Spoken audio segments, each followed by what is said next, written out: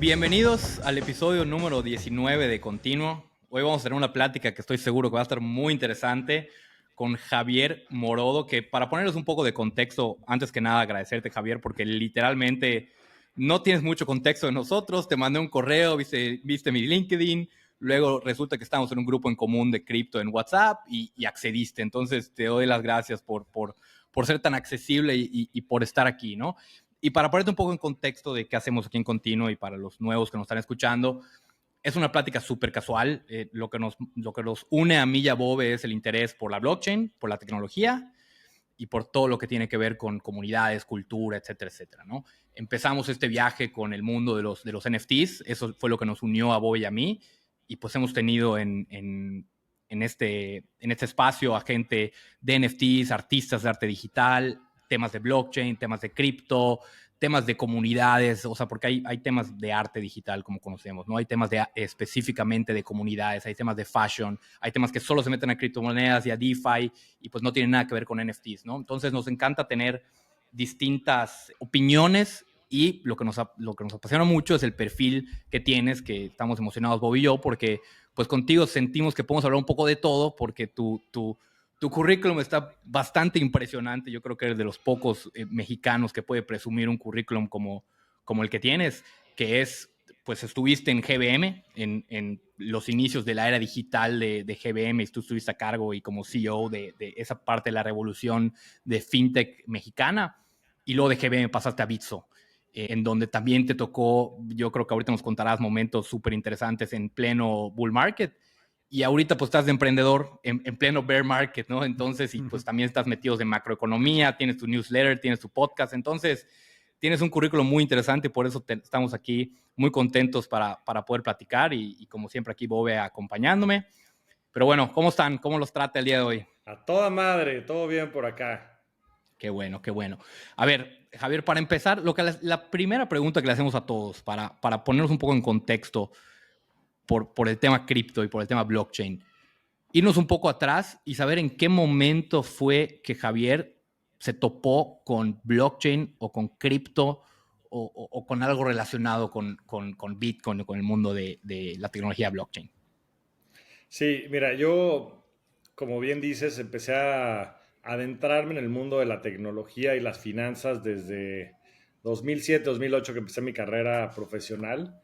Me topé con esto desde el banco. Yo trabajé en Citibank antes de dar el paso a GBM y ahí empecé a conocer el mundo digital por mi labor profesional. Y después en GBM, cuando entré a GBM, entré a Sales Trading, a la mesa, pero muy pronto me ofrecieron llevar el proyecto digital porque por las tardes tenía tiempo libre.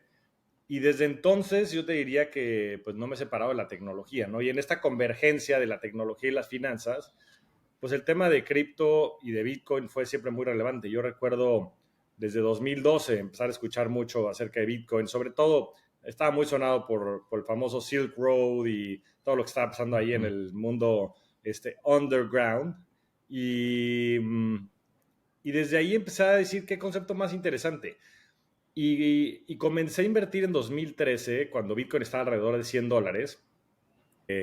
De hecho, a través de Coinbase, con una cuenta de mi cuñada, de mi querida cuñada, que gracias a ella pude comprar mis primeros bitcoins, si no, no hubiera sido posible, porque en México no existían opciones. Y después de eso terminé conociendo a la gente de Bitso, porque fueron los primeros acá y demás, pero por eso pude comprar bitcoin alrededor de $100 y lo compré honestamente para meterme al rabbit hole. O sea, yo sabía que si yo quería comprender más acerca de esta tecnología, tenía que tener skin in the game.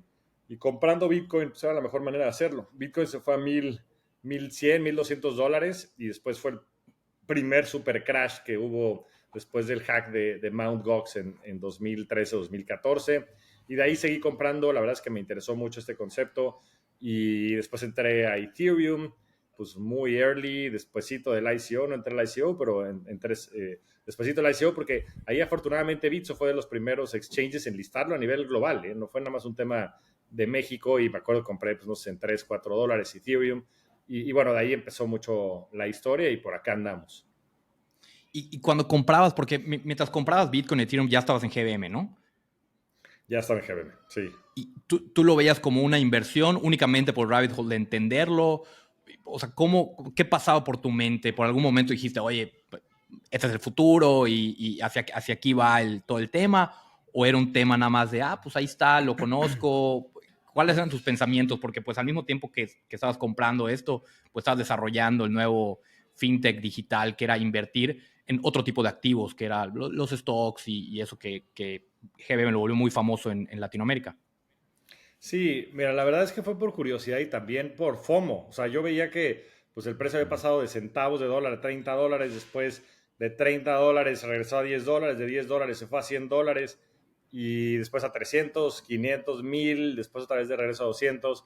Entonces me llamaba mucho la atención este concepto de tener un dinero digital, nativo de Internet, que estuviera descentralizado, ¿no? Y no comprendía si, o sea, pues, se escuchaba mucho que era un Ponzi. Mucha gente a mi alrededor me dijo, estás loco, es una estupidez. Recuerdo muy bien los tíos de mi esposa que me decían, güey, claramente es un fraude, o sea, estás dando tu dinero, estás tirando a la basura. Y guess who's laughing now, ¿no? Ahora $30,000, pero había algo que me llamaba la atención, ¿no? Y justo era por esta convergencia, pues, de dónde estaba, ¿no? Y claro que entendía que había ciertos riesgos, pero esa curiosidad fue lo que me llevó a invertir y como a darle una oportunidad.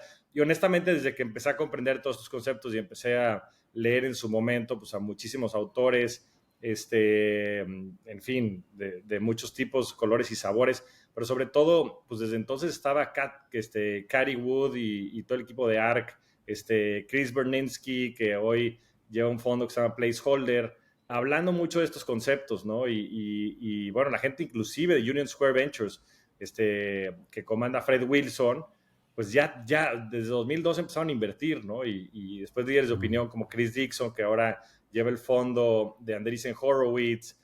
Y entonces, sí, aquí hay algo, o sea, porque pues no podrían estar invertidas estas personas que son tan importantes dentro de la industria si no es que hubiera algo que fundamentalmente hiciera sentido, ¿no? Entonces, de ahí empecé. Después Naval Ravikant, que Naval Ravikant para mí ha sido pues, uno de los pensadores modernos que más ha formado mi pensamiento.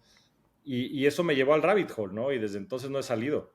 Y a la par tenías la misma convicción de inversiones por el tema fintech de Latinoamérica, porque el tema de invertir en acciones a un nivel como hoy en día lo conocemos GBM era algo muy nuevo hace relativamente poco tiempo y fue gracias a GBM incluso que se volvió más popular.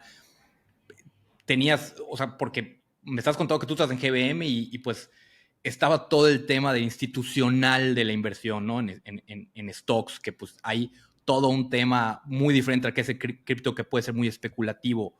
¿Cómo era tu pensamiento en ese momento, sobre todo que dices que pues leías muchísimo y que estabas muy metido en el sector? Era un pensamiento de, oye, le meto fuerte a stocks pues esto juego con él o desde ese momento ya lo veías a la par o incluso lo veías más arriba. ¿Qué pasaba por tu cabeza en esos momentos? No, pues eran inversiones totalmente distintas. Digo, varios temas, ¿no? Una es 2013, yo tenía 28, 29 años, entonces, pues ahí tenía pues mucho más apetito al riesgo y no tenía un patrimonio tampoco tan relevante. Entonces, pues honestamente la primera inversión en Bitcoin fue muy experimental, por llamarlo de alguna manera, ¿no?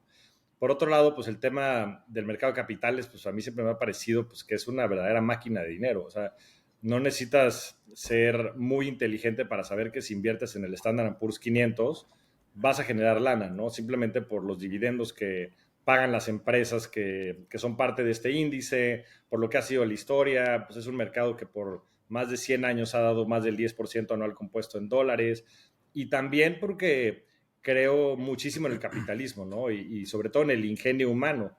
Y si crees en el ingenio humano, pues tienes que apostarle a estas grandes empresas, ¿no? Que hoy son tan representativas en la vida de todos nosotros, ¿no? Y pues gente que ha inventado pues cosas tan importantes, pues como ha sido Steve Jobs, ¿no? Con Apple, lo que han inventado la gente de Google y otros muchos, ¿no? Amazon, ¿no? Y creo que el vehículo de las acciones, pues es un vehículo pues, de generación de riqueza, ¿no? Y cuando comprendes eso, que comprendes muchas cosas. Por otro lado, lo que siempre me llamó mucho la atención acerca de Bitcoin no era tanto el sistema económico, sino en general todo el sistema que está escrito en el white paper de Satoshi Nakamoto. Es que es verdaderamente sublime la profundidad que tienes escrito, no nada más en términos matemáticos, económicos, sino en términos filosóficos, antropológicos, sociales. O sea, es una verdadera revolución en cuanto a cómo pensar sobre el dinero, ¿no? Porque si te pones a pensar en los primeros principios, siempre me gusta mucho regresar a eso, ¿no? Y estos primeros principios de los cuales habla muchísimo gente como Elon Musk y otros muchos, que son pues, la física, la filosofía, la sociología, la antropología. Empiezas a comprender las cosas en su esencia más natural. Y yo creo que cuando entiendes el dinero, que para mí el dinero pues simplemente es energía, ¿no? Es cómo podemos nosotros tener un contrato social a través del cual intercambiemos el tiempo de los seres humanos, que es un recurso escaso, ¿no? Que tiene cierta disponibilidad, y los recursos naturales, ¿no? Como pueden ser la energía, los commodities, ese tipo de cosas, en un sistema que podamos ir debitando y acreditándole a la gente conforme al valor que le generan a la sociedad. Pero no es más que eso, ¿no? Y la gente le regresa valor a Elon Musk, le regresa valor a Jeff Bezos en forma de dinero por haber generado mucho valor a través de sus emprendimientos, ¿no? Como Tesla, como SpaceX, como Amazon y otros muchos. Entonces, pues es una manera de nosotros tener esta contabilidad social, si le quieres llamar de una manera, y que pueda ser distribuida entre todos. Ahora, el problema que existe con el dinero, entre otros muchos, pues es una que está centralizado, ¿no? Y está centralizado en múltiples puntos, ¿no? Uno de ellos es a nivel gobierno, ¿no? El que hoy tengamos divisas que están gestionadas por bancos centrales, pues tiene muchísimos conflictos de interés, ¿no? Principalmente con el dólar, porque pues el dólar hoy es la moneda de curso legal, yo creo que del mundo, y muchas de las reservas, inclusive de países, como es el caso de México, pues están en dólares, ¿no? E inclusive todavía en el absurdo, pues en China y en la misma Rusia, que tenían muchas de sus reservas en dólares. En China, pues hoy en una guerra comercial pues muy frontal, y con Rusia, que inclusive yo creo que va a ser recordado estas fechas, ¿no? 2021, 2022, cuando se perdió también esa soberanía sobre el dinero, pues por todo lo que hicieron en el conflicto bélico con Ucrania, ¿no? Que no quiero decir si está bien o mal, yo pues, soy una persona que pues, estoy en contra de las guerras, yo creo que hay maneras más civilizadas de resolver los problemas, pero lo que hizo Estados Unidos en ese sentido fue totalmente sin precedentes, ¿no? Pues simplemente con un dedazo le borró casi 100 mil millones de dólares a Rusia por estar metido en un conflicto bélico, ¿no? Entonces, pues eso obviamente pues pone en jeopardy pues la soberanía del dinero, sobre todo sabiendo que está atada a una nación-estado, ¿no? Lo cual creo que desde un punto de vista, nuevamente, de primeros principios no hace sentido. Y después por contra también pues ves el sistema financiero, ¿no? Y cómo está construido y cómo están estos intermediarios y cuáles son las funciones de los intermediarios. Y después te das cuenta que en múltiples cadenas pues hay 6, 7, 8 intermediarios que están lucrando de esa cadena de valor, ¿no? Y que en algunos casos le quitan entre el 10 y el 15% del valor pues a las personas, ¿no? En el caso de las remesas en México, que son más de 50 mil millones de dólares, y son más de 5 mil millones de dólares en fees, a una serie de intermediarios que hay, que es brutal, porque pensarías que nada más son las remeseras, ¿no? Western Union y estas grandotas, y no, y MoneyGram, ¿no? Están metidas retailers como Electra y pues muchas otras en el lado de Estados Unidos, están metidos bancos corresponsales, están metidos bancos que hacen temas de tipo de cambio, y claramente no es un sistema muy eficiente porque tiene todos estos single points of failure, ¿no? Digo, además de eso están todos los hacks, ¿no? Que han habido, sobre todo las instituciones financieras, conflictos de interés por todos lados. Digo, los mismos bancos centrales, la gente no lo sabe, pero el Banco Central americano lo inventó JP Morgan hace más de 150 años y lo inventó como una respuesta al riesgo sistémico que tenían los pequeños bancos regionales, ¿no? Y un contrapeso que pudiera diluir ese riesgo sistémico que existía. Entonces, cuando empiezas a comprender la verdadera historia y no la historia moderna, ¿no? Porque cuando le preguntas a la gente, oye, ¿y el dinero qué lo respalda, no? Los dólares. Porque dice, no, el debate de Bitcoin siempre es, no, pues que el Bitcoin no lo respalda nada, ¿no? Y dice, chinga, y a los dólares sí, a los pesos sí, pues no, es un sistema fiat, no es un sistema de fe. Y creo que al ir comprendiendo todo esto me ha dado más elementos para verdaderamente formar un pensamiento propio en cuanto a lo que es el dinero y lo que podría ser el dinero también el día de mañana. El dinero fiat tiene 50 años de historia, ¿no? A partir de 1971, cuando se rompió el acuerdo de Bretton Woods con Richard Nixon. Y esto, digo, como consecuencia, pues de la necesidad de financiamiento desmedido que hubo, sobre todo después de las guerras mundiales de los países, ¿no? Y entonces tuvieron que romper el patrón oro. Y antes de eso, pues te puedo echar otra vez la misma historia, ¿no? Los imperios romanos, ¿no? También pues hubo un financiamiento desmedido y se empezaron a diluir las monedas que tenían de cobre con otro tipo de metales. Y es un poco la misma historia que estamos viviendo, ¿no? Y por eso Ray Dalio escribe ahora su libro del Changing World Order, ¿no? Que ya estamos en un nuevo orden mundial.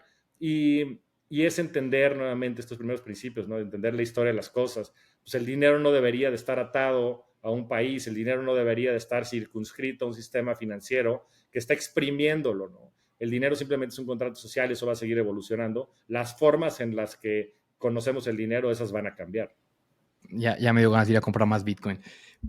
Justamente esto que hablas, porque iba a regresar a un poco tu experiencia en GBM, pero quiero seguir en este tema que estás hablando y combinarlo con lo que vivimos hoy, que es el bear market. O sea, ya no estamos en el boom que vivimos hace unos cuantos meses. Y ahorita hay mucho pánico, sobre todo mucha gente que entró en el top cuando Bitcoin estaba en el top, el famoso meme, cuando Bitcoin está carísimo todos quieren entrar, cuando está barato nadie quiere entrar. Pero sí es cierto que en este bear market y como en muchos otros, sobre todo tú lo debes saber mucho más porque has estado en más ciclos que Bob y yo, hay pánico, hay temor. De hecho, justamente mencionas ahorita el libro de Ray Dalio. Ayer estaba corriendo, escuchando ese libro de World Changing Order y pensando qué pasaría si China de verdad gana y qué está pasando con el dólar. Me siento, abro tu newsletter, empiezas a hablar del conflicto, de que China está en conflicto. Entonces, y te empiezas a cuestionar muchas cosas. En el bear market yo creo que es momento de cuestionarte. Bob y yo vivimos el boom de los NFTs y sacamos cosas buenísimas de ahí. Y para nosotros es muy fácil igual hablar de NFTs porque entramos cuando estaban muy bajos, nos tocó la ola para arriba y no somos los que entramos cuando la ola estaba para arriba, que hoy pueden tener pérdidas millonarias. Pero a lo que quiero ir con todo esto es que sí existe gente, o sea, temor y incertidumbre. La mesa está puesta para la blockchain, pero ¿qué va a hacer el gobierno? Y vienen las elecciones de los países. O sea, sí existe ese temor del bear market. Y cómo combinas todo esto que dices con qué pueden hacer los gobiernos, o sea, cómo te imaginas el futuro a mediano plazo de esta tecnología contra todo esto que está pasando, que es el temor de la gente, toda la pandemia que existe de salud mental puedes llegar a ser abrumador y preocupante, sobre todo en bear market como este. Pues mira, es un gran punto. Me A mí estoy cuando me proyectando dicen... mucho. Sí, sí, sí. Pero Estuvo buena. Qué bueno que le metas pasión. A mí cuando me dicen que estamos en un bear market, me río. Porque, a ver, si bien estamos, pues no sé si 60 o 70% abajo del máximo que hubo en 2021, pues digo, tienes a Bitcoin en $30,000, tienes Ethereum cerca de 2,000 y, y pues la verdad, pues ya son comunidades, tecnologías, monedas, si quieres llamarlo de alguna manera, pues que valen entre 200 y 600,000 millones de dólares. Y lo que sucede con los precios, sobre todo de este tipo de activos que son tan volátiles, es que eso genera muchas emociones, ¿no? Como lo estás claramente expresando. Pero la realidad es que el precio es puro ruido. O sea, es un mecanismo que pues hace que justo, lo decía Warren Buffett, ¿no? Que traslada el valor de los impacientes a los pacientes, de la gente que tal vez no tiene tanta convicción a la gente que tiene más convicción, ¿no? Y lo ha visto en los mercados de capitales por mucho tiempo, ¿no? Esto pues no es nada nuevo, ¿no? Digo, en varios momentos de la historia, en la década de los 80, en el 87, en el mercado de capitales hubo una super crisis, ¿no? Y ahí se recordaba el lunes negro y el martes negro y todos estos días negros y después pues tuviste momentos como los del COVID, que en los mercados de capitales era, o sea, 10% abajo así de madres. Y pues imagínate eso con un mercado en donde hay, pues yo creo que cientos de millones de personas metidas viéndolo, ¿no? Y viéndolo en tiempo real y tienes a managers súper profesionales y había pánico, ¿no? Y lo que te quiero decir con eso es que creo que una parte del arte que es invertir, porque sí creo que invertir es un arte, o sea, tiene una parte científica, pero tiene una parte pues que es muy similar al arte, pues es sí tener esta convicción y sí poder ver el largo plazo y poder diferenciar entre el insight y el ruido, ¿no?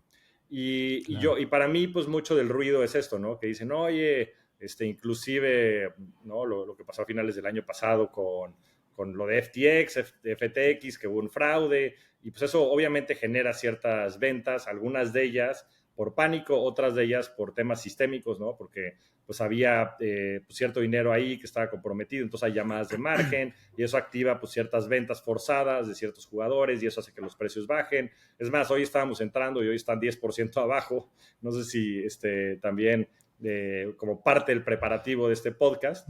Y la verdad es que, pues no sé, no sé qué podría estar pasando, estaba leyendo las noticias que puede estar relacionadas a eso, pero yo creo que más allá de eso, pues la volatilidad y que pueda haber pues demandas, que si de la SEC, de esto, del otro, estaba este gran fondo que también tuvo problemas y pues puede que esté saliendo a vender, o temas coyunturales o sistémicos, pues es verdaderamente entender este valor fundamental. Y para mí, Bitcoin y sobre todo Ethereum, yo soy una persona que soy un fiel creyente de lo que creo que Ethereum y todos los blockchains de segunda generación pueden lograr, inclusive mucho más que Bitcoin, porque me parece que el caso de uso de Bitcoin es ser oro digital y tal vez servir como un base layer o como un settlement layer para todas las transacciones monetarias, inclusive del mundo, porque creo que lo que puede generar Ethereum es mucho mayor, es encontrar cuál es la utilidad que esto tiene, ¿no?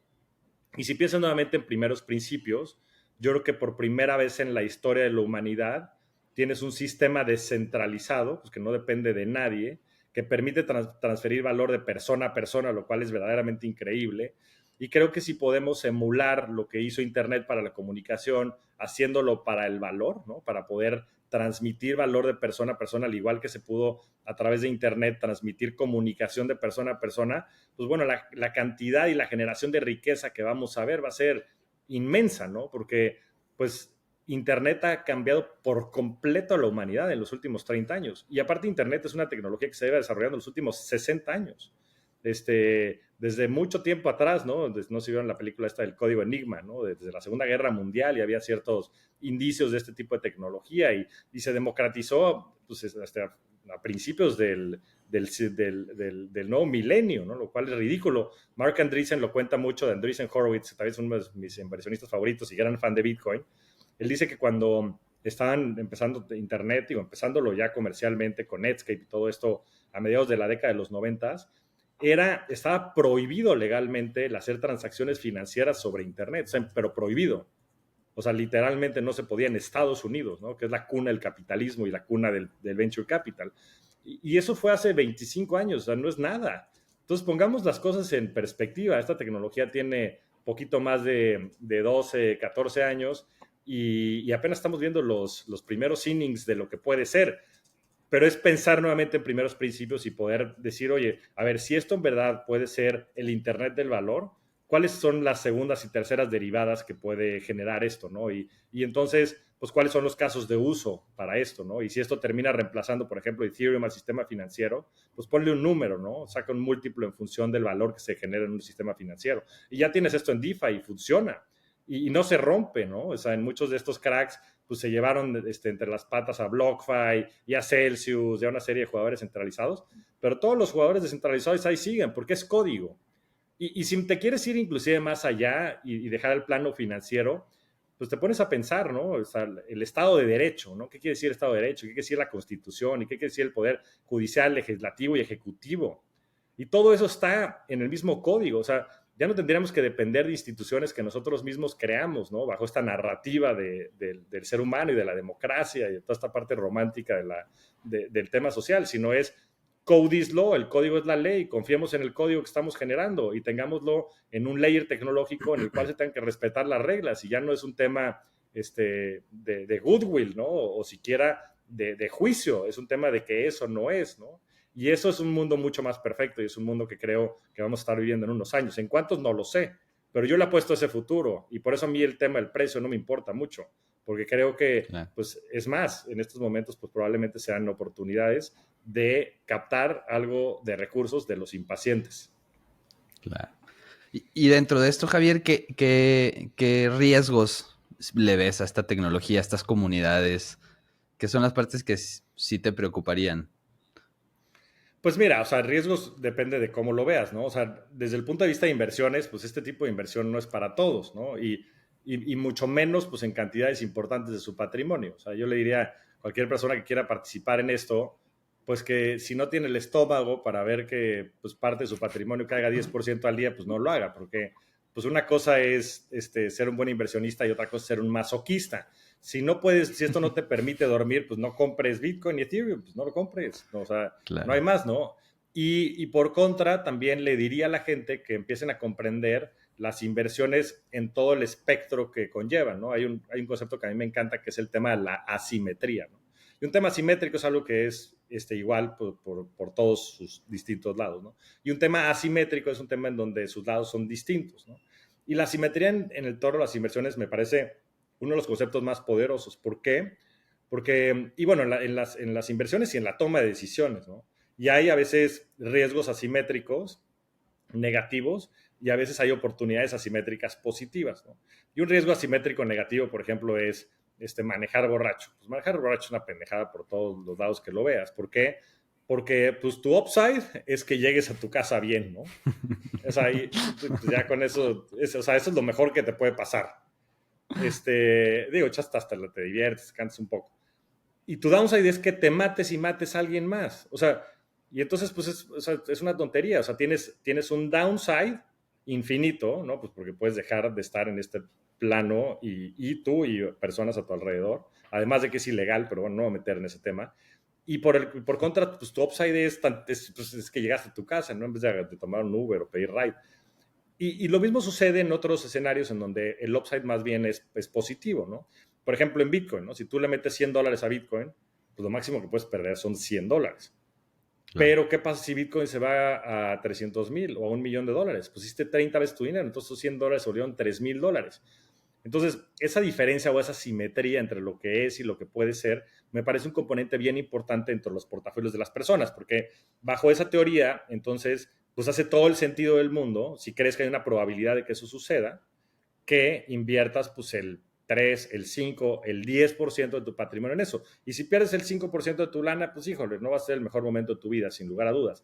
Pero ¿qué pasa si ese 5% se vuelve el 50% de tu lana? O se vuelve el doble de tu lana, ¿no? Porque puede ser que este activo se vaya 20 veces arriba. Lo ha hecho múltiples veces en la historia, ¿no? En el último pasamos de 3,000 a 67,000 dólares, $4,000, llegamos casi todavía lo recuerdo, en marzo de 2020. O sea, ahí en medio del COVID, cuando todo el mundo, ese día bajó 50% Bitcoin. Y es uno de esos días que hasta yo que he desarrollado una piel gruesa, sí dije, ¡a su madre! Porque aquí no hay breakers, ¿no? Ya valió. O sea, es que aquí, o sea, en los mercados de capitales, o sea, para evitar el pánico, sí hay breakers. O sea, hay un botón así de stop. O sea, en las bolsas, ¿no? En el New York Stock Exchange, en la bolsa mexicana, en todas, si la bolsa está cayendo más del 10%, le ponen un break. Le meten un breaker. Ya. Porque es un tema sistémico, porque de repente, por cómo si funciona el sistema, de repente puede haber ventas forzadas, porque pues hay muchos jugadores que están apalancados y entonces tienen llamadas de capital y si no las cumplen, pues salen a vender sus posiciones, porque si no, pues está el capital de la contraparte en riesgo. Entonces le meten esto como para pues, que haya un poquito de control y que se tranquilice el pánico, porque somos seres humanos, somos seres altamente emocionales y emotivos. Entonces, por contra, esto no existe en Bitcoin. Entonces, si nadie mete alguien dice, puta, pues yo compro en 3,000, o sea, si se seca la demanda, Bitcoin se va a cero.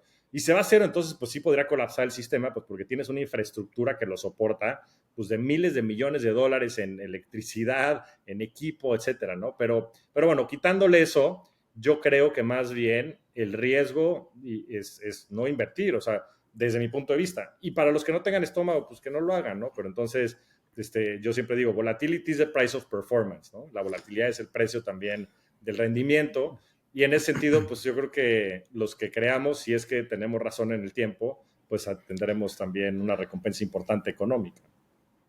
Oye, hablando de estómago, a ver, JP, mencionas que Ethereum te gusta mucho y en Ethereum pues nosotros estamos muy metidos en NFTs y los NFTs están down, down bad. Yo quiero saber qué reflexiones tienes, qué has pensado desde que bueno, primero es, ¿cuándo escuchaste por primera vez NFTs? Si te hicieron clic o no. ¿Y qué reflexiones has tenido hacia adelante hasta hoy? Sí, mira, yo pues empecé a escuchar NFTs, pues no sé si fue, digo, la verdad es que no recuerdo muy bien, pero tal vez 2017, 2018, fue una vez que pasaron, o sea, pues, los famosos, el protocolo o el estándar de ERC20, que es con el que se crearon todos estos tokens de los famosos ICOs y pues todo lo que se ha evolucionado a través de eso. Después pues vino el famoso ERC721, que son los NFTs, y yo creo que el concepto es fantástico porque lo que te permite es tener ciertas propiedades que no sean fungibles, ¿no? Como dicen, non-fungible tokens. Yo sé que suena hasta redundante, pero eso creo que te da muchísima flexibilidad para distintos tipos de activos, ¿no? Y para poderlos guardar ahí, ¿no? Y dentro de esos, por supuesto, arte digital, pues todo lo que conocemos también, por ejemplo, de esta famosa tierra descentralizada, como es Decentraland, pero también, por ejemplo, para tener pólizas de seguros, ¿no? Pólizas de seguros customizadas y personalizadas a cada persona, para tener ciertos activos, para tener real estate que tenga características distintas. Entonces creo que es una funcionalidad súper, súper útil. Como todo, estos ciclos de boom y bust son ciclos naturales. Hay una autora que se llama Carlota Pérez, pero en Estados Unidos la cita como Carlota Pérez, que ella desarrolló toda una tesis de por qué se generan estos ciclos de boom y bust, ¿no? Y lo que dice es que son ciclos de financiamiento que permiten también que la tecnología y la infraestructura necesaria para soportarla tenga un ciclo natural de financiamiento, ¿no? Y que por eso se dan como se dan. Y por eso, pues entiendes estas manías que suceden alrededor de esto. Y lo que sucede, sobre todo con cripto, es que estás acortando muchísimo ese ciclo, ¿no? Entonces, pues los ciclos se ven extremadamente acelerados también por la naturaleza de la tecnología, pues porque opera 24/7, 365 días del año, y porque también ha entrado pues, en otros perfiles, ¿no? La gran mayoría de las personas que están metidas aquí es gente joven, y no son por los que tienen ni tanta experiencia ni tantos capitales, ¿no? Y yo creo que eso agudiza muchísimo las subidas y las bajadas. Y la verdad es que yo siempre he sido muy escéptico, para serles muy honesto, del tema de los NFTs. A mí, pues, la verdad es que no me hace ningún sentido que haya unos Bored Apes que valgan $500,000. Eso no me hace ningún sentido. Sí me hace sentido, pues el arte digital, yo creo que hay muchas vertientes de eso y maneras que se va a manifestar, pero claramente yo sentía que estábamos en una burbuja. De hecho, a principios de año escribí parte de mis predicciones financieras y una de ellas era que los Bored Apes y muchos de los high-end NFTs iban a caer estrepitosamente en precio junto con los meme coins, pues porque simplemente no les veo un valor fundamental, honestamente, ¿no? Y no digo que no vaya a haber algunos que vayan a tener y cobrar muchísimo valor en el tiempo. Simplemente creo que están los Bored Apes, los CryptoPunks, los Moonbirds, los Azukis. Y entonces, puta, pues, o sea, ¿cuál es el valor de eso, no? Si dicen, no, es que la escasez, bueno, pues la escasez en la infinidad, pues no tiene mucha relevancia, ¿no? Y si bien creo que algunas de estas, por supuesto, van a sobrevivir y van a haber muchos de estos proyectos que retomarán su rumbo, porque sí hay mucha innovación también detrás de eso, pues hay muchos que también simplemente era pues, una burbuja, ¿no? Y que no tienen, desde mi punto de vista, mucho valor fundamental. Sí, regresa un poco a lo que decías, ¿no? Estos proyectos muchos se volvieron pues comunidades y al final Bored Apes se volvió una comunidad que hoy sí es cierto, hoy Bored Ape tiene, Yuga Labs tiene un montón de dinero y están intentando ser una compañía incluso de gaming y están intentando pues sacar su moneda. ¿Cómo lo vemos Bob y yo? Y lo hemos platicado mucho. Yo creo que lo que más hace sentido es el arte, como dices, porque el arte, pues, indudablemente va a seguir y el arte digital hace mucho sentido porque le quitas muchas cosas del arte, como dónde guardarlo, cómo conservarlos, cómo intercambiarlos. Entonces, el arte digital hace mucho sentido. Y los otros proyectos, pues, como dices, nosotros imaginamos que muchos van a costarle mucho trabajo sobrevivir y otros van a traer cosas nuevas, innovadoras, y esperamos que en este tiempo y en este lapso de maduración de la tecnología, pues encuentren esa famosa utilidad fuera de la comunidad que le pueda llegar a dar valor. Y Pero déjame, te digo una cosa, JP, ahí dijiste algo bien importante. O sea, la comunidad tiene muchísimo valor. La comunidad tiene muchísimo valor. Y es algo que yo creo que a muchas personas y sobre todo a los inversionistas les cuesta mucho trabajo comprender. Pero lo que hay alrededor de las comunidades, ¿no? Y hay detrás de las comunidades, como bien mencionadas, de Yuga Labs, y detrás de las comunidades de Ethereum y de Bitcoin y de Solana y de Dogecoin, tiene muchísimo valor, que es muy difícil de cuantificar y que creo que también ha sido una verdadera revolución de cripto, porque otra de las grandes tendencias que yo veo desde este mismo marco de primeros principios es que hay una clara transferencia de poder desde las instituciones hacia las personas a través de la tecnología, ¿no? Entonces, si tú veías los ciclos de innovación hace 70, 100 años, todos están comandados por los gobiernos, ¿no? El mismo Internet salió de estas iniciativas de DARPA y demás, del gobierno americano y del gobierno ruso y de otros muchos gobiernos alrededor del mundo, ¿no? Y después, esa innovación, conforme hemos ido teniendo más tecnología, pues ha ido transitando, por ejemplo, hacia las empresas. La gran mayoría de la innovación viene de las grandes empresas de tecnología, ¿no? De Facebook, de Amazon, de Google, de Apple, Microsoft, etcétera. Pero poco a poco está transitando también hacia las personas, ¿no? Y eso es una de las cosas que me entusiasma mucho de cripto, porque hoy en cripto todo es open source. Y lo que quiere decir open source es que cualquier persona puede interactuar con ese código, ¿no? Y ese código, pues, en cualquiera de sus formatos, ¿no? Y eso lo que permite es que a una persona, pues, que esté en Nigeria o en Tailandia o en Kazajstán, o sea, no es relevante, o en Ecuador, pueda interactuar con esto desde una computadora, ¿no? Y estamos dándole acceso a través de la tecnología y por ende también estamos transfiriendo ese poder. Y cuando empezamos a transferir ese poder también a la gente, entonces las comunidades empiezan a tomar muchísima más relevancia, ¿no? Y lo que pueden empezar a hacer de manera descentralizada e inclusive de manera remota, global, ¿no? Distribuida, pues es brutal. Pues hoy tienes a personas, yo creo que en todos los países del mundo interactuando con Bitcoin, con Ethereum, lo mismo ya con las redes más grandes, y eso es real, ¿no? Y lo que estás diciendo de Yuga Labs es real, y muchos de estos experimentos, yo creo que son experimentos desde el ingenio humano bien intencionados, que van a pegar, pero también si ves cómo se desarrollaron los precios y cómo subieron de valor, pues los CryptoPunks valían centavos y de repente llegaron a valer $300,000, ¿no? Y esa generación de valor espontánea, pues tan abrupta, pues también tiene después escalabros fuertes. Entonces, yo no sé cuáles van a terminar siendo las ganadoras. La verdad es que en temas de arte, pues me considero neófito y en ese sentido, pues no soy muy conocedor, pero sí creo que hay mucho valor dentro de las comunidades y sobre todo lo que le diría a la gente es que comprendan cómo se está dando esta transición del poder hacia las personas y entonces la relevancia que tienen las personas y sobre todo las comunidades. Oye, y poniendo este contexto, porque también va de la mano en Latinoamérica y en países emergentes, o sea, todo esto que hablas de democratizar, pues regresa que hay mucha oportunidad en países como México, en países como hemos visto en Argentina ahorita que están viviendo temas muy difíciles económicos, cómo han sido los primeros en entrar a cripto, obviamente es el tema de El Salvador, pero ya hablando de todo esto, ¿cómo ves la oportunidad para países como México y países de Latinoamérica? Porque algo que Bob y yo empezamos a hacer igual con Continuo fue tener esas pláticas con gente de Latinoamérica, porque Bob y yo empezamos en inglés en el mundo de Estados Unidos, nos conocimos, de hecho, en la comunidad de Gary Vaynerchuk, y ahí empezamos. Y nos fuimos dando cuenta, Bob y yo, y por eso empezamos el podcast, que había mucho talento latino y hispanohablante que estaba detrás de una cuenta gringa de Estados Unidos. De hecho, te recomiendo, ahorita que dices lo del arte, entrevistamos a Snowfro, que es el que creó Artblocks, que es él es mexicano, nació en México, pero si tú ves su Twitter y todo, ni te enteras que es mexicano, ¿no? Entonces, lo tuvimos por aquí y está súper interesante su historia y lo que ha logrado con Artblocks. Pero bueno, ¿cómo ves los países emergentes como México combinado con toda esta oportunidad que estamos viendo con la tecnología?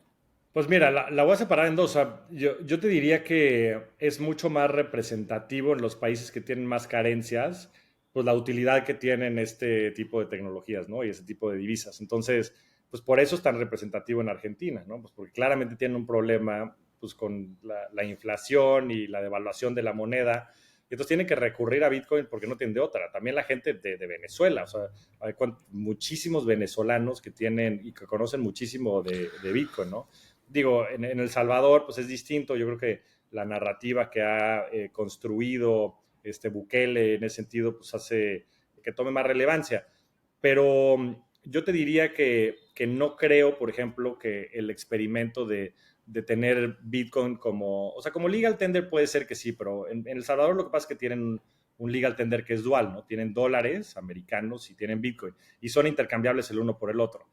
No creo que sería tan productivo el tener esto como, o sea, Bitcoin como la única reserva legal de valor, porque pues sí tiene una volatilidad importante y eso pues claramente podría afectar, pues imagínate que de la noche a la mañana tengas 10% menos de tu dinero, pues porque el precio subió, bajó, ¿no? relativo a lo que cuestan los bienes y servicios, ¿no? Pues sería como tener el peso argentino, o sea, pues ¿cuál es la diferencia, no? Se devaluó el otro día 30%, ¿no? Porque sujeto pro Bitcoin ahora ganó las elecciones primarias. Pero por eso creo que son cosas distintas. O sea, yo sí creo o sea, yo no soy de los que cree que van a desaparecer las divisas fiat. O sea, yo ese mundo no lo veo. Yo lo que creo es que va a tomar más relevancia, sobre todo Bitcoin y otras monedas, como resguardo de valor, ¿no? Como el oro, pero pues nadie puede transaccionar en oro, porque pues, el oro tiene otras características. Y sobre todo en temas de estabilidad y temas de precios, pues no puedes tener una divisa que tenga tanta volatilidad. Ahorita estuve en Argentina hace un mes y es impresionante porque vas a una tienda de ropa o vas a un restaurante y los precios los menús no tienen precio y la ropa no tiene precio. Pues porque claro, pues un día está en un precio, el día está en otro. Y tampoco podrías llegar a ese extremo en estos países. Entonces, como moneda para transaccionar, yo creo que no lo vamos a ver tanto en esa forma. Yo creo que lo vamos a ver más bien como resguardo de valor en otros layers, como settlement layer, como un oro digital, el tema de Bitcoin. Y creo que pues también va a ser una gran oportunidad, sobre todo para países como pues, Argentina, como Venezuela y como muchos otros que han tenido estas devaluaciones tan fuertes.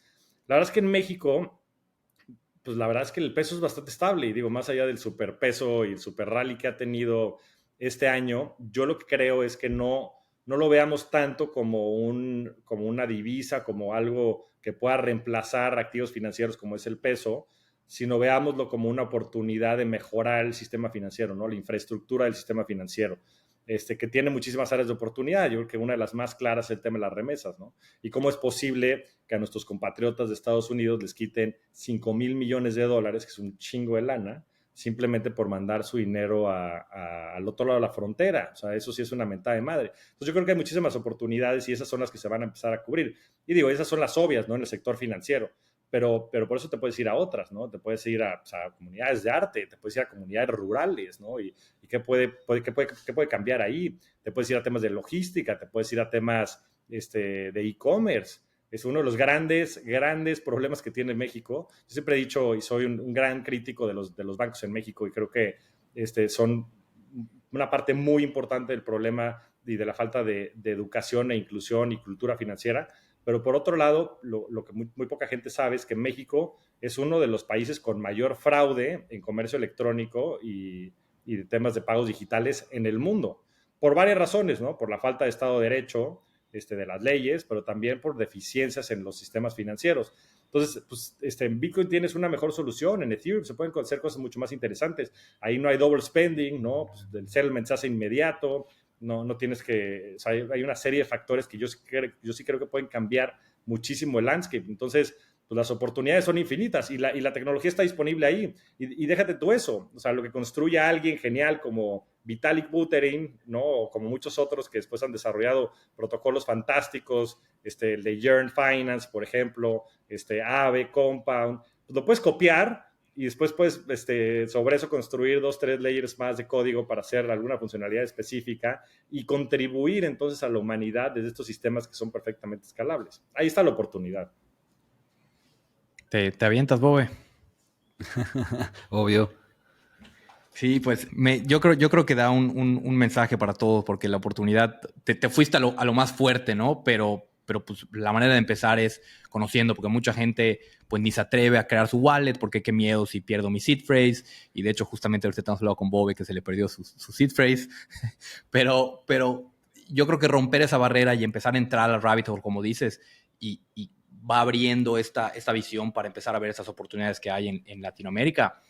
Y de ahí igual te quiero preguntar, viviendo la experiencia de GBM, viviendo la experiencia luego de brincar de GBM a Bitso, y que te haya tocado salir ahorita en el bear market, que así como hay todo lo que hablé hace rato, que es ese sentimiento de está cayendo y la gente se está yendo y esa preocupación, pues también es el mejor momento para crear cosas y el mejor momento para sentar cabeza, y se va la especulación, se va la gente que solo está aquí porque quiere hacer dinero rápido, y es el mejor momento para building, como se dice en el medio. ¿Qué está haciendo Javier en el building? Porque igual sales y ahorita te vuelves un emprendedor y tienes toda esta información y todo este macro. ¿Qué estás haciendo ahorita? ¿Dónde estás invertido tu tiempo? ¿Y qué te tiene apasionado ahorita? Pues mira, le pegaste al clavo. Estoy haciendo varias iniciativas. Específicamente de cripto, estoy haciendo un fondo de inversión. Estoy haciendo un fondo de inversión con grandísimos profesionales y mejores seres humanos, con Alan Cassis, que seguramente conocerán, de Luna Capital, que pues tiene el fondo de cripto, yo creo que más grande de la región. Un fondo que lanzó en 2017. Otro de los GPs de Alan, uno de sus socios, también es Daniel Fogel de Bitso. Y yo soy parte del board de Luna Capital. Y ahorita estamos creando un nuevo fondo que se llama Astra, en el cual estamos replicando pues un vehículo que yo tuve en su momento que creamos dentro de GBM, que hicimos un fondo de fondos dentro de GBM. Fue un fondo de fondos privado en el cual invertimos en 5 fondos de inversión, que la verdad es que tuvimos un rendimiento espectacular. Después de una debacle importante, empezamos a invertir ese fondo en noviembre del 2017, cuando Bitcoin estaba en 16, 17 mil dólares, y pues al año siguiente, del 2017, pues ese fondo estaba 70% abajo. Y desde ese punto, que fue el punto más bajo, pues no sé si fue como verano del 2018, a cuando empezamos a desinvertir el vehículo, que fue en diciembre del 2021, hicimos 50 veces nuestro dinero. Entonces ese fondo pasó de estar 70% ¿Y este fondo abajo a estar fue en criptomonedas o también en empresas? cripto, puro cripto, pura criptomonedas. Puros fondos, hedge funds de criptomonedas. Dentro de ellos pues estaban, pues digo, fondos muy grandes como Polychain, por ejemplo, de Olaf Carlson Wee, estaba también Multicoin, entre otros, ¿no? Estaba Luna. Y del punto más bajo, te digo, hicimos 50 veces nuestro dinero y pasamos a estar 70% abajo a haber hecho el fondo 13 veces nuestro dinero. Wow. Y pues habían teniendo tiers de más de 100%, ¿no? Y el best performing fund dentro de la historia de la empresa. Entonces, pues te digo, nada es verdad, nada es mentira, todo depende del cristal con el que se mira y pues también de tener las agallas nuevamente para poder tomar las decisiones con convicción cuando ves estos fundamentales, cuando ves estos primeros principios, estas cosas que verdaderamente creo yo que van a cambiar el mundo. Pues no sé si lo sepan, pero por ejemplo, cuando salió Google, digo, además de que se lo intentaron vender en $1 millón a Yahoo y no lo quisieron comprar, había algo fundamental que estas personas habían cambiado, ¿no? Y era pues que habían inventado una tecnología que hacía que usar Internet se volviera extremadamente atractivo y fácil, ¿no? Los buscadores. Y en su momento pues no había ningún modelo de monetización, ¿eh? Nadie sabía que iba a terminar siendo el modelo de Internet. Toda la manera en la que funciona Internet hoy es a través de los ads, ¿no? Así funciona Facebook y demás. Y todo el mundo empezó a encontrar ese modelo de negocio. Y yo creo que Bitcoin, Ethereum y demás estamos un poco en esa fase, ¿no? Descubrir cuál es el modelo de negocio. Y creo que cada vez es más evidente que puede ser el block space, ¿no? Y cómo puedes monetizar el block space. Pues hay muchísimas maneras. Por eso me gusta más Ethereum, porque Ethereum han tomado una postura mucho más innovadora. Y entonces, pues con el EIP 1559, que es esta mejora sobre el protocolo de Ethereum para poder quemar parte de los tokens que se generan en una transacción, ¿no? Pues ha hecho que la red se vuelva deflacionaria y es un sistema súper innovador porque entonces empieza a emular como si te repartieran dividendos, ¿no? En la forma de buybacks, ¿no? O de recompra de acciones, que es algo muy común hoy en los mercados de capitales, ¿no? Apple ha recomprado cerca del 15% de las acciones a través de la misma caja que genera, ¿no? Y es una manera como implícita de dar dividendos. Entonces yo creo que yo creo que vas a inventar muchas más maneras de monetizar cosas que verdaderamente tienen uso, ¿no? Yo creo que el block space, el poder tener un cacho de código donde tú puedas guardar data y que sea inmutable y que tenga todas estas propiedades, ¿no? De globalización y de descentralización, es súper atractivo. Yo creo que no hemos encontrado la manera de monetizarlo, pero se va a dar. Entonces, en ese sentido, pues mi tesis y la de Alan y también nuestro socio David Rodríguez, que es una persona que estuvo pues, muchos años en el difunto ya Credit Suisse, un banquero de inversión con muchísima experiencia. Entre los tres nos juntamos porque estamos convencidos de que esto se va a volver a manifestar y que creemos que este es el mejor momento para construir. Y este fondo tiene 3 principales estrategias. Una es un fondo de fondos en el cual estamos invirtiendo entre 12 y 15 fondos de tamaños relativamente pequeños, de entre 30 y 50 millones de dólares de tamaño, porque creemos que ese es el sweet spot para que verdaderamente tengan apuestas concentradas e idiosincráticas en sectores y también en nichos específicos. Entonces, tener una diversificación pues, en players que estén entendiendo, comprendiendo muy bien los NFTs, que estén desarrollando temas de infraestructura, que estén desarrollando temas de dApps, temas de DeFi, temas de esto, temas del otro. Entonces, ahí estamos poniendo el 40% del portafolio. El otro 40%, pues también creemos que muchas de las futuras innovaciones ya existen y están en desarrollo, ¿no? somos unos fieles creyentes sobre todo en la infraestructura, ¿no? Y de estos blockchains de segunda y tercera generación. Muchos blockchains nuevos, como puede ser, por ejemplo, el caso de Sui, ¿no? Que es parte de Mysten Labs, un nuevo token que salió hace relativamente poco, Avalanche, mismo Ethereum, tenemos una idiosincrasia pues más hacia este tipo de infraestructura y de blockchains de segunda generación que creemos que pueden tener mucha más relevancia. Y después tenemos un cachito en el que vamos a invertir también en co-investments y en oportunidades en directo, tanto en equity como en tokens que salgan, pues también de los fondos y de este conocimiento más profundo de la industria que vamos a ir desarrollando. Entonces, estamos construyendo Astra y la verdad es que muy entusiasmados. Va a ser un fondo para clientes institucionales, entonces va a haber tickets un poco más elevados, pero también desde otra de mis iniciativas que se llama Revolution Capital, en donde estoy intentando democratizar el acceso a activos alternativos, pues armaremos algún SPV o algún vehículo para darle acceso a la gente desde tickets más chiquitos también este tipo de oportunidades, porque esa ha sido mi experiencia. Yo hice mi lana entrando a este tipo de fondos especializados, porque igual que en cripto se está manifestando ahorita, creo que se manifestó en los 70s, 80s en la industria de Venture Capital en Silicon Valley, ¿no? Y los Sequoias y los grandes fondos de inversión, pues pudieron monetizar dos cosas, que son asimetrías de información, asimetrías de acceso. En los mercados privados que son tan imperfectos, pues el estar cerca de la gente que verdaderamente está inventando estas nuevas tecnologías, pues te da una ventaja competitiva tremenda, ¿no? Pues porque pues como es la naturaleza de esta tecnología, pues se vuelve exponencial, tanto en uso como en precio. Entonces, si estás cerca de estos nuevos Vitalik, Potencia y otros muchos genios que hay detrás de la tecnología y tienes esa información y tienes la convicción, pues entonces se da la mezcla perfecta para poder hacer home runs y es lo que quiero, ¿no? Poderle dar acceso a esto pues a muchos clientes institucionales en México que no comprenden la tecnología, que no tienen el insight, que no tienen tampoco el acceso ni la cercanía y nosotros lo tenemos y lo queremos poner a disposición de muchísimas personas y también a través de eso educarlos en lo que esto puede representar para sus negocios, para sus patrimonios, para sus vidas, porque pues yo sí creo en un mundo en donde esto va a ser pues algo muy relevante, no nada más en materia económica, sino yo creo que va a ser parte de la infraestructura de la sociedad en el futuro. ¿Y trabajan de cerca con los founders de esas empresas? Sí, a través de los fondos, Nosotros más bien lo que estamos haciendo es un tema de manager selection, en el cual estamos seleccionando pues, a estos managers que a su vez están muy cercanos a estas comunidades, ¿no? Gente pues, que ha salido pues, de muchos de los protocolos más importantes y de los fondos más importantes y que están sobre todo haciendo sus fondos ellos propios.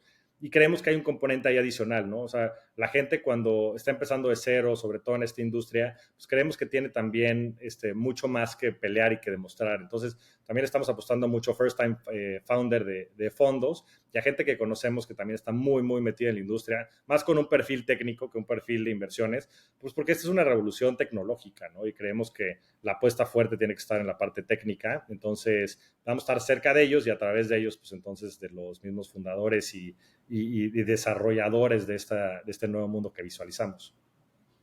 Sí, te lo pregunto y es bueno saberlo porque pues, nos ha tocado a Bob y a mí platicar con mucho founder de distintos proyectos, ¿no? Ha habido gente que nos cuenta, ya sea en el podcast o en la comunidad que estamos armando, de distintos proyectos que tienen y es bueno saber que el equipo que están armando, pues hay gente apostándole, ¿no? Y yo creo que es muy importante el papel que están ustedes jugando, que es el apostarle a estos founders, pero también darle acceso a estos inversionistas institucionales que muchas veces les da miedo y que piensan más como yo pensaba hace rato en el momento del miedo y va a bajar y les cuesta un poco más. Y a nosotros a veces nos complica pensar en la utilidad y pensar a futuro, pues a un institucional que está acostumbrado a que le hables de oro y de stocks y le vienes a hablar de Layers 2 o le vienes a hablar de cripto o le vienes a hablar de Ethereum o NFTs, no le hace sentido, ¿no? Entonces, felicidades por lo que están armando porque creo que es clave para lo que se viene que existan esos vehículos como el que tienen ahí. Ese es Astra, ¿no? Es Astra, así es. Astra es el vehículo de cripto, el fondo que estamos armando de cripto. Después estoy armando una plataforma de activos alternativos que se llama Revolution Capital. Si nos quieren visitar en cualquiera de los dos, es revolutioncapital.mx y el fondo de Astra es astraam.com. Entonces, astraam.com, todo seguido, y revolutioncapital.mx.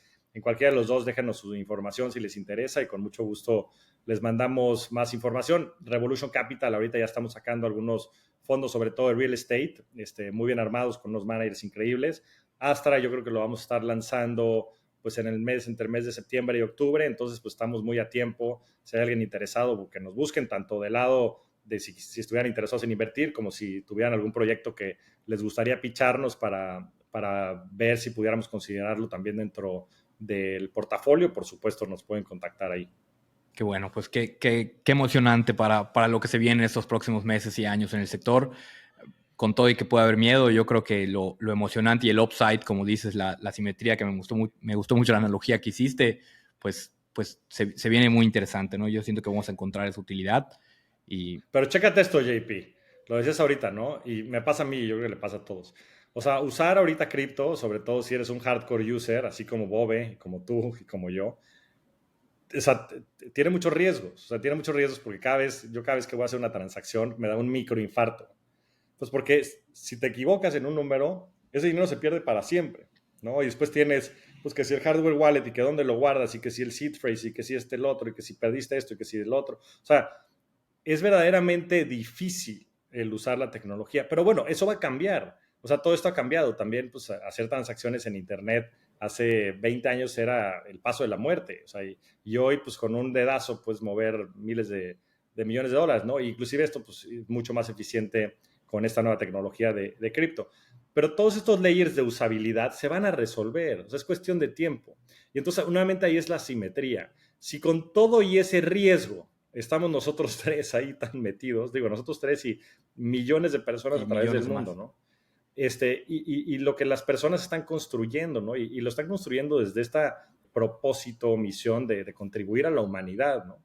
Y de verdaderamente creer en un sistema que es más justo, que es más equitativo. Yo siempre he dicho, yo creo que el capitalismo pues, ha sido una de las máquinas de innovación y de generación de valor más relevantes que hemos descubierto, pero tiene también sus áreas de oportunidad. Para mí el área de oportunidad más grande es la implementación del capitalismo, porque como tienes todos estos layers de intermediarios, lo que sucede es que pues, se vuelve un tema de inequidad a nivel riqueza brutal, ¿no? Los ricos se hacen más ricos, los pobres se hacen más pobres. Digo, y obviamente la tendencia toda va hacia arriba, ¿no? Los pobres hoy son mucho menos pobres de lo que eran hace 10, 20, 50 y 100 años, ¿no? De manera objetiva, pero sí se está volviendo un tema de inequidad. Ahora, como cripto eliminan a esos intermediarios, pues obviamente la inequidad entonces se vuelve menos inequitativa o se vuelve más distribuida. Y no nada más eso, ¿no? Hay otra cosa fundamental que habla mucho Naval Ravikant, que es este famoso proof of work, ¿no? Que proof of work, bueno, pues es el mecanismo con el cual se valían los bloques, sobre todo en Bitcoin, ¿no? Ahora tienes proof of stake y demás, pero creo que la parte relevante de proof of work es que aquí el trabajo y la monetización del trabajo están recompensadas de manera equitativa. No como en la sociedad en la que vivimos, ¿no? Las empresas, pues le pagan a la gente un sueldo, ¿no? Tienes empleados, ¿no? Y ese layer de empleados, pues le pagas un sueldo en una divisa que sabes que se va a depreciar, que se va a devaluar, que está sujeta a la inflación, y los dueños tienen equity, ¿no? Y muchas, por las dinámicas de este tipo de mercados, pues lo que mantiene y lo que monetiza el valor es el equity, ¿no? El capital de la empresa. Y aquí no existen esas diferencias. O sea, Bitcoin y Ethereum es por un lado, es una divisa, pero también es capital, inclusive es un commodity, ¿no? Porque la necesitas para transaccionar en la misma red. Entonces está haciendo, dicen que Ethereum es el triple point asset, ¿no? Porque hay tres tipos distintos de activos, ¿no? Están los activos como el dinero, que sirven para temas transaccionales, los activos que tienen una utilidad, ¿no? Como los commodities, que sirven para hacer algún tipo de actividad y demás, y después los activos de capital, ¿no? Los activos que generan dividendos y actividad financiera. Y Bitcoin tiene esas tres, perdón, Ethereum tiene esas tres. Bitcoin no tiene la última, ¿no? Tiene la parte transaccional y tiene la parte de commodity. Ethereum ya tiene con este modelo de proof of stake, sobre todo con la parte de estas nuevas mejoras que han ido. Entonces empiezas a mezclar muchos conceptos que a la gente le hace cortocircuito cuando lo escuche, porque entonces no saben qué es. No entienden qué es y son conceptos nuevos, ¿no? Como la gente pues tampoco entendía qué es, ¿no? Yo, mis hijos que tienen 5 o 7 años, o sea, entienden Internet perfecto, sé que no lo tienen que entender, es una tecnología con la que nacieron, ¿no? Y también por el otro lado hay mucha gente que dice, no, pero es que el oro nadie lo va a reemplazar. Y yo recuerdo una frase que no me acuerdo quién, o alguno de los grandes, creo que era, no sé, Richard Feynman, o alguno de estos científicos, decía, innovation happens one death at a time. Nos gusta o no nos gusta, la gente grande pues, se va a dejar este plano y lo gobernará la gente joven, ¿no? Que le gustan los NFTs, que le gustan las criptos y que le gustan otro tipo de mecanismos y que entienden el valor de manera distinta, porque simplemente les ha tocado vivir otra realidad. Entonces, el mundo que nos viene. Entonces, como te digo, pues imagínate, si así de peligroso, riesgoso, volátil, y aún así estamos tan metidos, pues lo que esto puede empezar a representar una vez pues que haya más layers de usabilidad, que haya más layers de seguridad, que haya más de todo, ¿no? Yo creo que el futuro es muy, muy, muy optimista. ¿Y qué le recomiendas? Porque siempre preguntamos qué le recomiendas a los latinos que están en el sector, pero hablando de manera institucional, y tú pones muy bien los conceptos desde una visión diferente a lo que estamos acostumbrados como invitados Bob y yo, ¿qué le recomiendas al institucional, a esa persona de 50, 60, 70 años que le hablas de blockchain y se le hace cortocircuito el cerebro y dice, esto no es, esto es un Ponzi? ¿Qué le recomiendas a ellos? Porque a veces viene ok, imagínate que le expliques, yo a veces pienso, imagínate explicarle a tu abuelito o a tu papá, a tu suegro, el tema de la seed phrase, es muy complicado.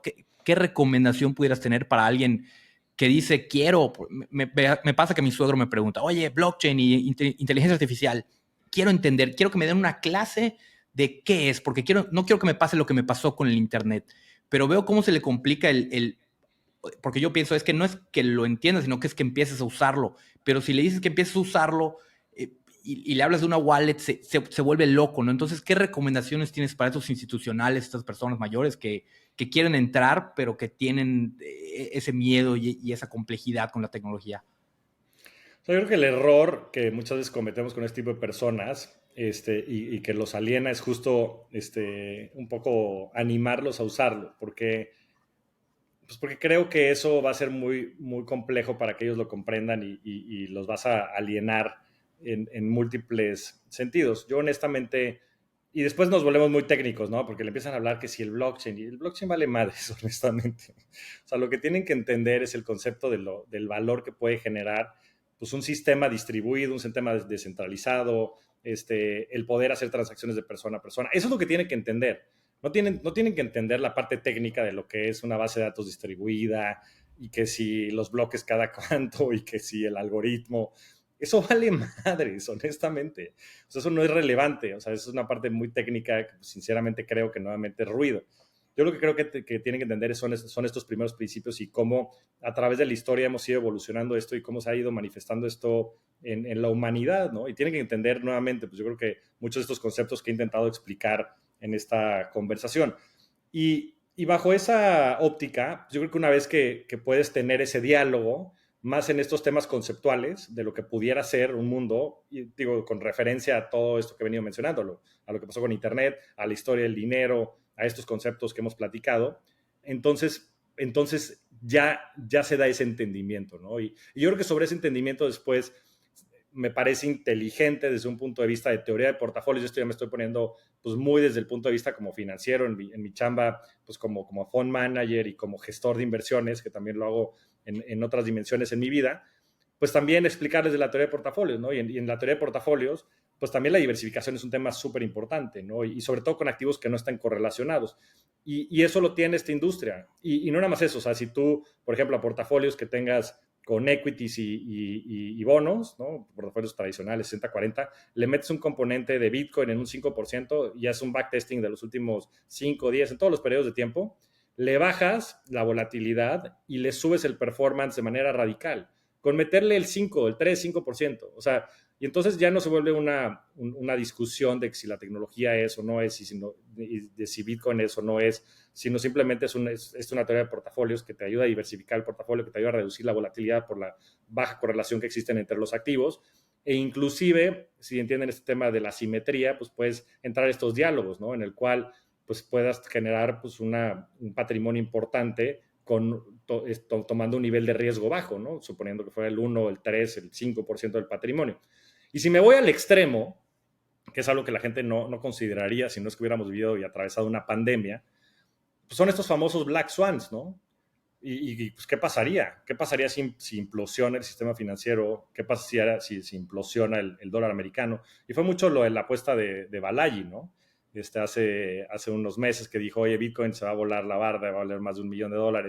Y yo creo que honestamente lo hizo porque dijo, el dólar americano va a entrar en hiperinflación. Y yo creo que lo hizo como una apuesta para generarle marketing al concepto o a él o who knows, porque pues, me hubiera encantado estar del otro lado. Hasta yo le hubiera tomado la apuesta de que no iba a llegar al $1 millón.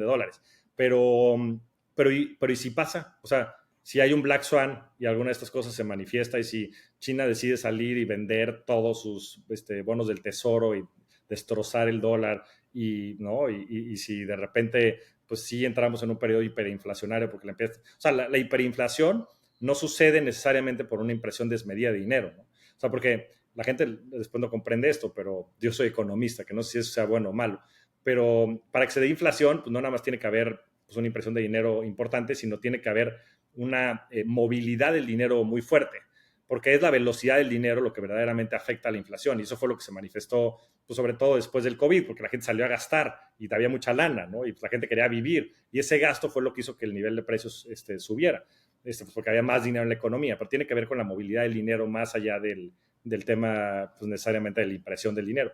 Pero entonces, ¿qué pasa si la gente empieza a perder confianza en las instituciones y se empieza a manifestar esta hiperinflación?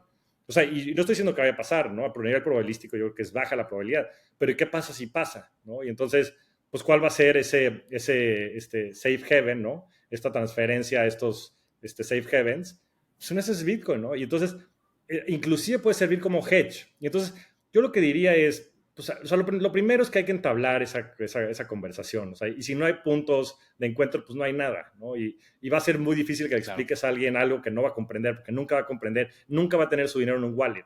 O sea, es mejor que entienda estos primeros principios y es más, yo lo que le diría a la gente es, pues digo, si quieres compra algo de Bitcoin y después tenlo, digo, va a ser difícil que lo tengan en un hardware wallet, pero en un custodio seguro, ¿no? Hay muchos en Estados Unidos, Coinbase, Gemini, en fin, ¿no? Genesis, perdón. O inviértelo con un manager profesional. O sea, una de las grandes ventajas que ofrecemos los managers profesionales, pues es la parte de la custodia y la seguridad alrededor de la custodia, ¿no? Pues eso es un gran valor, porque tú ya no tienes que preocupar que si lo tengo aquí o no, y que si perdí el seed phrase o que si me va a dar un heart attack cuando mande la transacción. Entonces, es lo que diría, entablen una conversación donde hay un punto de encuentro, donde haya una apertura para escuchar ciertos conceptos, y sobre eso entonces desarrollen pues un ideal de cómo pudieran participar en estos mercados.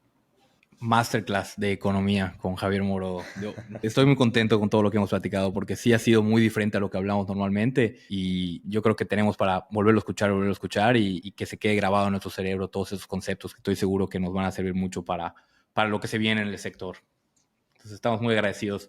Bobia, ¿alguna pregunta adicional? Ya no nos dio tiempo para entrar al tema de la ayahuasca porque está muy interesante el tema de macroeconomía. Justamente hoy estaba platicando con uno de mis amigos que de hecho fue el que me recomendó, le mando un saludo a David, fue el que me recomendó escuchar tu podcast y me dijo, oye, le dije, hoy grabo con él y me dijo, oye, ¿le vas a preguntar de su viaje de ayahuasca o no?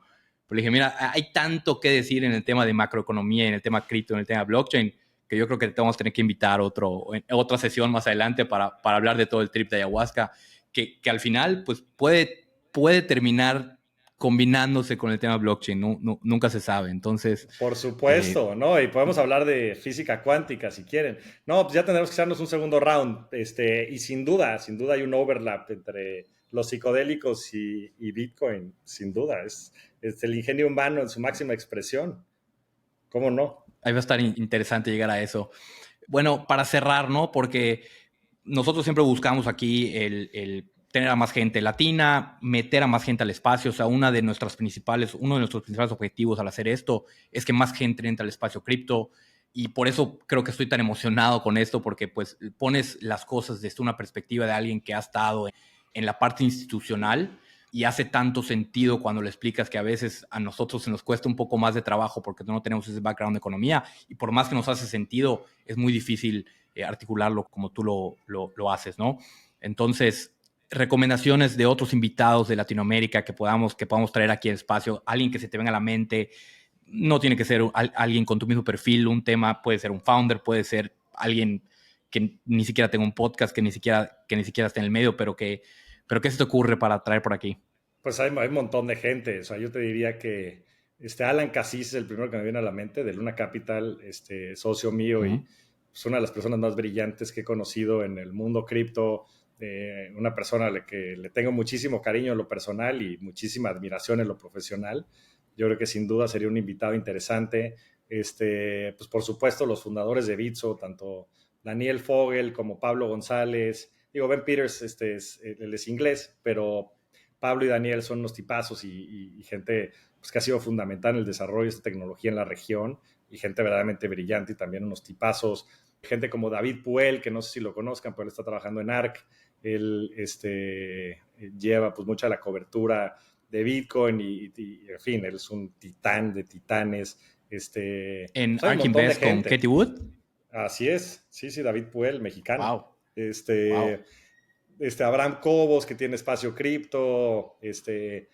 Hay un montón de personas, que también es buen amigo. Hay un montón de personas que creo que pueden generar mucha conversación y seguir construyendo sobre estas bases del futuro. Buenísimo. Pues ha sido un placer, Javier. Esperemos tomarte la palabra y tenerte unos meses por aquí para ver un update, a ver qué sigue pasando con el bear market, para entrar a temas de Bitcoin y blockchain con ayahuasca y pues para seguir platicando de todo esto que está muy interesante y estoy seguro que van a seguir saliendo nuevas aplicaciones, nuevas utilidades en la blockchain y se cumplió el objetivo te escuché hablar en el podcast de Oso y hablaste muy poquito de cripto, ¿no?